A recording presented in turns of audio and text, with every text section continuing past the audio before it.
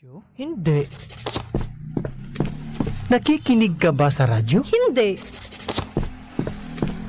Nakikinig ka ba sa radyo? Hindi. Ano po yung pinakikinggan ninyo? Energy FM. Energy FM? Energy FM.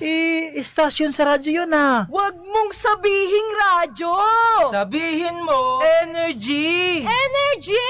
Energy! 106.7 Energy FM. Kung gusto mo ng legit na chika, eto na yun! Chika! Walang filter, walang edit. Chika! Hindi ito fake, hindi ito late. Chika ni Sisa!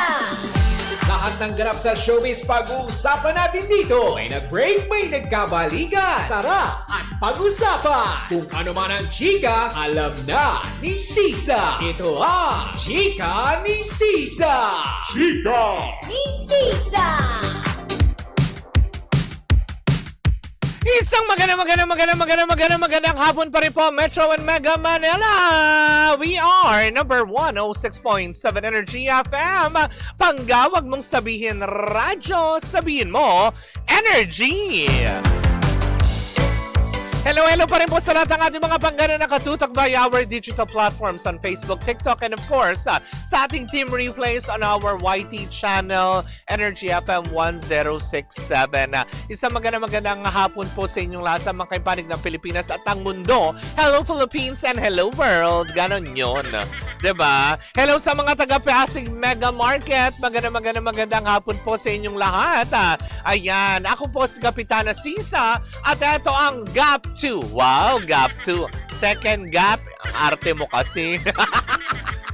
Ito ang second gap ng Chika ni Sisa.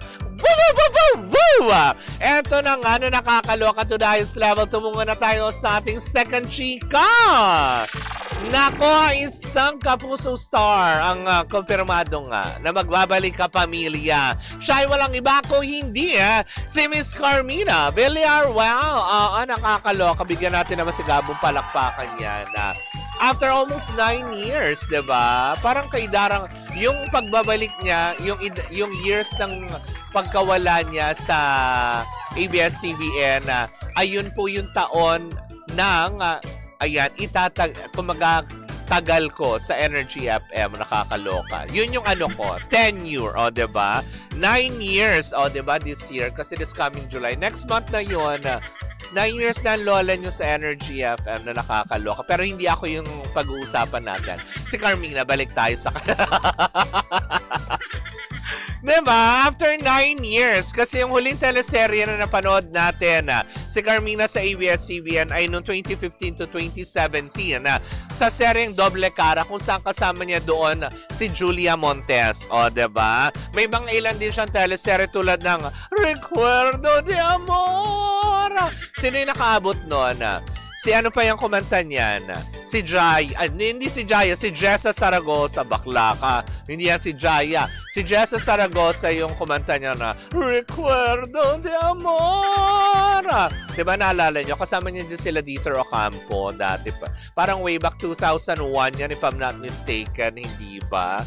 Na nakakaloka. Kaya nga naman, eto na. Muling mapapabilang sa isang teleserye na may pinamagatang The Loyalty Game. O, diba? Na ipoproduce ng ABS-CBN, ng Dreamscape, and of course, partnership again with Prime Video. Ay, online. Sa streaming app pala ito mapapanood. Aba, exciting ito kung sakali man talagang totoo kasi ang chika na ating nasagap kung kayatang makakasama din yata din niya dito yung magbabalik na din telebisyon after a very long time na pagpapahinga.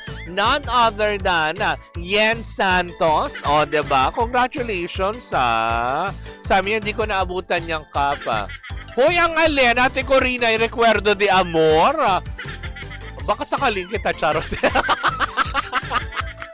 Mananakal. Hindi mo naabutan yun, Ate Corina. Nakakaloka ka, diba? Ayan, excuse me. Yan, The Loyalty Game na kung saan nga naman, ayan. Pinapakita na natin sa ating larawan, ayan, Napakaganda ni Miss Carmina, napaka-ageless. Tsaka si Yen Santos, kasama din niya dyan na ang real-life couple daw na sinasabi na si Jericho Rosales and Janine Gutierrez. And of course, si Sofia Andres, if I'm not mistaken, Yasi Pressman kasama din dyan sa serye na yan na kung saan nga naman ating matutunghayan yan sa Prime Video, hindi ba? Uy, good news ito Kasi diba, tagal na din nating ang tagal na rin nating hindi napapanood si Yen Santos, diba? Si Yen Santos kasama pa niya si Yam Concepcion sa isang teleserye. Ano man title noon na pinagbibidahan nilang dalawa? Yes, Cap, grade, Grabe ka. 2001. Kagagraduate ko lang ng college niyan. Diba na nakakaloka? Kaya patok na patok niya si Jessie Saragosa. Recuerdo de amor! Yan yun. Na nakakaloka. Sabi niya, walang pupas talaga si Miss Carmina. Hindi totoo. Pero ang tanong ng mga tao ngayon, kasi syempre, di ba, ngayon mapapanood na natin siya at gumagawa na siya ng mga proyekto sa Kapamilya Channel again. So, ibig sabihin ba nito, mapapanood na rin ba natin ang Legaspi Twins sa mga proyekto ng ABS-CBN? Posible nga ba yon? Or di naman kaya, posible din bang makita natin si Soren Legaspi? Diba? Na gumawa na din. Malay mo makipagbakbakan sa Sigabo yan. Diba? Na nakakaloka. Why not? Diba? Dati naman, kumbaga bago, actually nagsimula sa Matinee Idol, nag-action din itong si Soren Legaspi. Diba? So malay ba naman natin, nothing is impossible. Diba? With Direct Coco Martin. Diba? Na nakakaloka. Pero for sure, antabayanan na naman natin ito. At sana, ayan na, mapasama din tayo sa mga ilang mga events nitong kumbaga parang the loyalty game na ito. O, diba? Na papakantabayanan na naman. Na nakakaloka. Parang yung pag-aabang natin yan sa serye ni Joshua at ni Ivana, diba? Na mukha yatang ilang, gumaganda na ang episodes. Diba? Hinihintay na lang natin silang mapanood talaga sa Free TV channel. Pero yun na nga, diba? Wala naman sigurong masama din ako kung sakaling tanggapin man din or tinanggap ni Miss Carmina Villaruel ang proyektong ito dahil in the first place, ulitin ko, trabaho ito diba? Siyempre, artista sila. Kailangan nila na magtrabaho or kailangan nila ng trabaho, diba? Kaya, kung ano man ang channel na may offer, 'di ba? Go, grab ng grab, 'di ba? Hangga't may nag-o-offer sa inyo ng trabaho, kaysa naman walay nga ganon. Na nakakaloka. Sabi niya, ay pwede mag-action ulit si Zoren. Oo, 'di ba? Why not? Tapos yung Legaspi Twins, pwede naman na mapabilang sa ilang mga teleserye ng since nagmamatured na rin naman yung dalawa, 'di ba? Kung papunta na sa adulthood. Wow! Adulthood! May nalalaman ka pang ganyan na nakakaloka. But anyways, nako mga pangga, diba? Kung ano man yan at kailan man yan, sama-sama natin pakatutukan yan. And for sure, kung kayo ay may Prime Video app, mapapanood nyo na rin ito sa mga susunod na buwan, diba? Na nakaka-excite ito na amtabayanan because I love seeing and watching Miss Carmina Villaruel na umarte talaga, diba? Pwede siyang bida, pwede siyang kontrabida.